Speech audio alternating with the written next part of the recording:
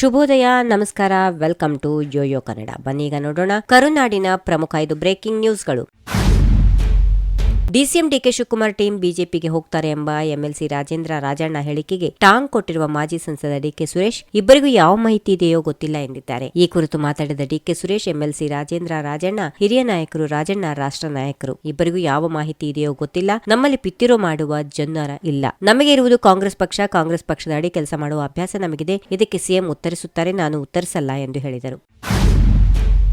ಕೃಷ್ಣಾ ಮೇಲ್ದಂಡೆ ಯೋಜನೆಯ 3ನೇ ಹಂತದಲ್ಲಿ ಕಾಮಗಾರಿಗಳ ಪ್ರಗತಿ ಪರಿಶೀಲನಾ ಸಭೆಯಲ್ಲಿ ಡಿಸಿಎಂ ಡಿಕೆ ಶಿವಕುಮಾರ್ ಹಾಗೂ ಸಚಿವ ಆರ್.ಬಿ. ತಿಮ್ಮಾಪೂರ್ ನಡುವೆ ವಿಧಾನಸೌಧದಲ್ಲಿ ಸಣ್ಣ ವಾಗ್ವಾದ ನಡೆಯಿತು. ಭೂಸ್ವಾಧೀನ ಪರಿಹಾರ ಮತ್ತು ಪುನರ್ವಸತಿ ಕುರಿತು ಚರ್ಚೆಯ ಸಂದರ್ಭದಲ್ಲಿ ತಿಮ್ಮಾಪೂರ್ ಎಕರೆಗೆ 40 ರಿಂದ 50 ಲಕ್ಷ ರೂಪಾಯಿ ಪರಿಹಾರ ನೀಡಬೇಕೆಂದು ಒತ್ತಾಯಿಸಿದರು. ಇದಕ್ಕೆ ಶಿವಕುಮಾರ್ ತೀಕ್ಷ್ಣವಾಗಿ ಪ್ರತಿಕ್ರಿಯೆ ನೀಡಿದರು. ಹಿಂದಿನ ದರವನ್ನ ಸ್ವಲ್ಪ ಹೆಚ್ಚಿಸಬಹುದೇ ಹೊರತು ಇಷ್ಟೊಂದು ಪರಿಹಾರ ಸಾಧ್ಯವಿಲ್ಲ ಎಂದು ಹೇಳಿದರು. ತಿಮ್ಮಾಪೂರ್ ಜನರ ಅಭಿಪ್ರಾಯವನ್ನು ತಿಳಿಸಿದ್ದಾಗಿ ಹೇಳಿದ್ದಾರಾದರೂ ಶಿವಕುಮಾರ್ ಸಚಿವರಾಗಿ ಈ ರೀತಿ ಮಾತಾಡುವುದು ಸರಿಯಲ್ಲ ಎಂದು ಗರಂ ಆದರು. ಬಿಜೆಪಿ ಶಾಸಕ ಸುರೇಶ್ ಕುಮಾರ್ ಮುಖ್ಯಮಂತ್ರಿ ಸಿದ್ದರಾಮಯ್ಯ ಅವರಿಗೆ ಸೋನಿಯಾ ಗಾಂಧಿ ಅವರಿಗೆ ನೀವು ಕನ್ನಡ ಗೊತ್ತಾ ಎಂದು ಕೇಳುವ ಧೈರ್ಯ ಇದೆಯಾ ಎಂದು ಪ್ರಶ್ನಿಸಿದ್ದಾರೆ. ಸಿದ್ದರಾಮಯ್ಯ ಅವರನ್ನ ಕುಟುಕುತ್ತಾ ರಾಷ್ಟ್ರಪತಿ ದ್ರೌಪದಿ ಮುರ್ಮು ಅವರಿಗೆ ಸೋನಿಯಾ ಗಾಂಧಿ ಅವರಷ್ಟು ಕನ್ನಡದಲ್ಲಿ ಪ್ರಭುತ್ವ ಇಲ್ಲ ಎಂದು ವ್ಯಂಗ್ಯವಾಡಿದ್ದಾರೆ. ನೀವು ಎಂದೂ ಸೋನಿಯಾ ಗಾಂಧಿ ಅವರಿಗೆ ಕನ್ನಡದ ಬಗ್ಗೆ ಕೇಳಿಲ್ಲ, ಯಾಕಂದ್ರೆ ಧೈರ್ಯ ಇಲ್ಲ. ನಿಮ್ಮ ಪಕ್ಷದ ನಾಯಕಿ ರಾಷ್ಟ್ರಾಧ್ಯಕ್ಷರಿಗಿಂತ ದೊಡ್ಡವರೇ ಎಂದು ಟೀಕಿಸಿದ್ದಾರೆ.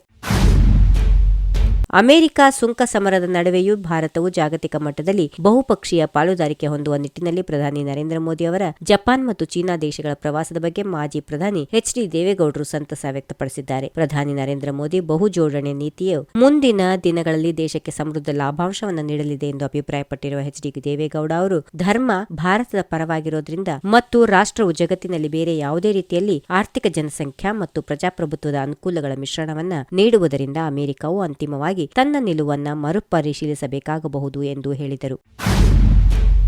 ಕೆಎನ್ ರಾಜಣ್ಣ ವಿರುದ್ಧ ಯಾರು ಷಡ್ಯಂತ್ರ ಅಥವಾ ಪಿತೂರಿ ನಡೆಸಿಲ್ಲ. ಅವರೇ ಹೈಕಮಾಂಡ್ ವಿರುದ್ಧ ಮಾತಾಡಿ ಕ್ರಮಕ್ಕೆ ಗುರಿಯಾಗಿದ್ದಾರೆ ಎಂದು ಮಾಗಡಿ ಶಾಸಕ ಎಚ್.ಸಿ. ಬಾಲಕೃಷ್ಣ ಅವರು ಕೆಎನ್ ರಾಜಣ್ಣ ಅವರಿಗೆ ತೀಕ್ಷ್ಣವಾದ ತಿರುಗೇಟು ನೀಡಿದ್ದಾರೆ. ನನಗೆ ತಿಳಿದಂತೆ ರಾಜಣ್ಣ ಅವರ ವಜಾ ಮತ್ತು ಉಪಮುಖ್ಯಮಂತ್ರಿಗಳಿಗೆ ಯಾವುದೇ ಸಂಬಂಧ ಇಲ್ಲ. ಹೈಕಮಾಂಡ್ ತೀರ್ಮಾನವನ್ನು ಒಪ್ಪಿಕೊಂಡು ತಲೆಬಾಗಬೇಕು. ಆದರೆ ರಾಜಣ್ಣ ಅವರು ಅದನ್ನ ಬಿಟ್ಟು ಹೈಕಮಾಂಡ್ ವಿರುದ್ಧವೇ ಧ್ವನಿ ಎತ್ತುತ್ತಿದ್ದಾರೆ. ದೆಹಲಿಗೆ ಹೋಗಿ ಜನಯಾತ್ರೆ ಮಾಡುತ್ತೇನೆ ಎನ್ನುವುದು ಸರಿಯಾದ ಕ್ರಮವಲ್ಲ ಎಂದು ಹೇಳಿದರು. If you like this video, ಬೇಗ ಲೈಕ್ ಮಾಡಿ, ಕಾಮೆಂಟ್ ಮಾಡಿ, ಶೇರ್ ಮಾಡಿ ಹಾಗೂ ಯೋಯೋ ಟಿವಿ ಕನ್ನಡವನ್ನು ಸಬ್ಸ್ಕ್ರೈಬ್ ಮಾಡಿ.